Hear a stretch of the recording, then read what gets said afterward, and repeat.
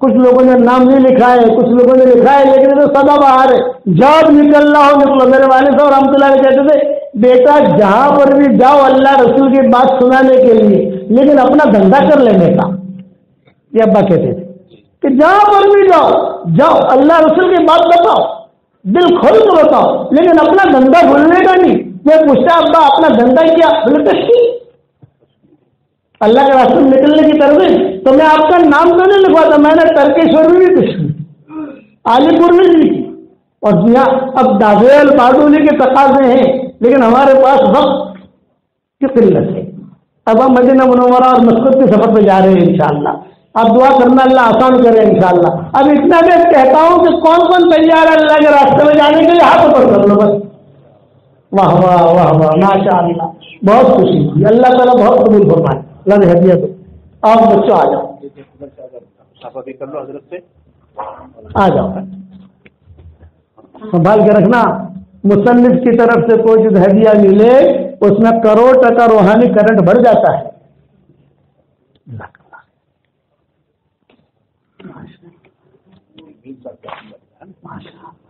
ہاں ماشاء اللہ ہمارے سید صاحب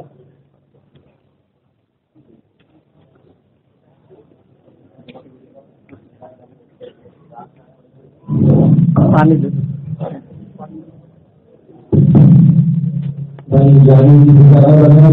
دعا مانگنے والی تمام اللہ سے گزارش ہے کہ ایک خیال فرما دے۔ اللہ نور بھائی کی طرف سے تمام حاصل ہونے والے طلبا کو بھی 1000 روپے ہدیہ کیا جاتا ہے۔ اسی طرح ایک خاتون کی طرف سے تمام حاصل ہونے والے بچوں کو 1100 روپے ہدیہ کیا جاتا ہے۔ اور دوسرا ضروری ہے کہ 25 جنوری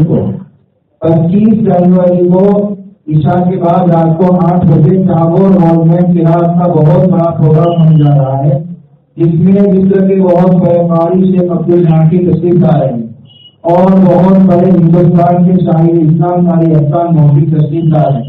ٹاگور ہال میں 25 جنوری کو رات کو 8 بجے تمام مذاہب کو بھائی کے پہنچنے کی کوشش کریں۔ اور دوسرا اعلان یہ ہے کہ آنے والے تمام مہمانوں کی دعوت ہے، اسی طرح مستورات کی دعوت ہے، تو مہمان حضرات کی نماز کے بعد مسجد کے خانے میں تشریف لے جائے اور مستورات کے لیے سرکاری اسکول میں کھانے کا معقول انتظام کیا گیا ہے۔ یہ میرے تمام حضرات کھانا کھانا تشریف لے جائے اور جو جانے والے حضرات ہیں وہ جانے کی اجازت رہے ہیں۔ تھوڑی دیر میں دعا ہونے والی ہے، دعا کو انشاءاللہ عشاء کی نماز ہوگی۔ ختم قرآن پر دعا قبول ہوتی ہے۔ یہ بچوں نے قرآن ختم کیا ہے، دعا پر آمین کہو۔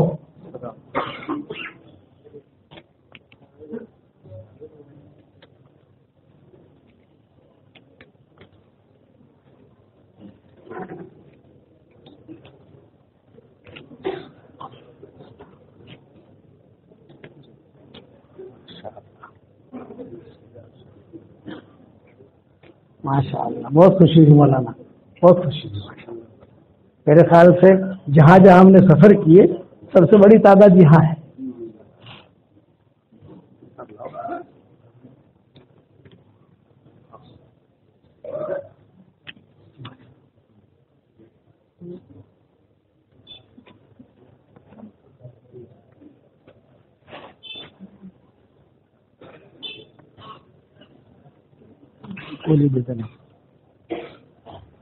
جماعت میں نکلو گے نا انشاءاللہ بھائی۔ اور یہ میں نے جب دیے تصویر سنبھال کے رکھنا، میری کتاب بھی سنبھال کے رکھنا۔ علماء نے لکھا ہے مصنف اپنی طرف سے کوئی چیز دے اس میں کروڑ ٹکا روحانی کرنٹ بڑھ جاتا ہے۔ ہم جب طواف کرتے ہیں تو عربی عورتیں بھاگی بھاگی آتی ہے اور جیب میں سے پرس میں سے وہ ہماری کتاب مومن کا ہتھیار عربی واجبی نکالتی ہے اور کہتی ہے کہ وہ کہتی ہے کہ شیخ وقت ہے، شیخ وقت ہے، شیخ آپ جو ہے اس پر دستخط کر دو۔ اب کتابیں پڑھتی ہے، دستخط کر دو، دستخط کر دو۔ تو یہ میں نے میرے ہاتھ سے دی ہے درود شریف، لے صبح شام اس کے پڑھنے کا اہتمام کرنا۔ گولی اور دوسرا کہ ہمارے جتنے ساتھی آئے ہیں ہر جگہ مسجد پر جماعت، مسجد جماعت میں بیٹھو۔ کیا دینا ہے لوگوں کو؟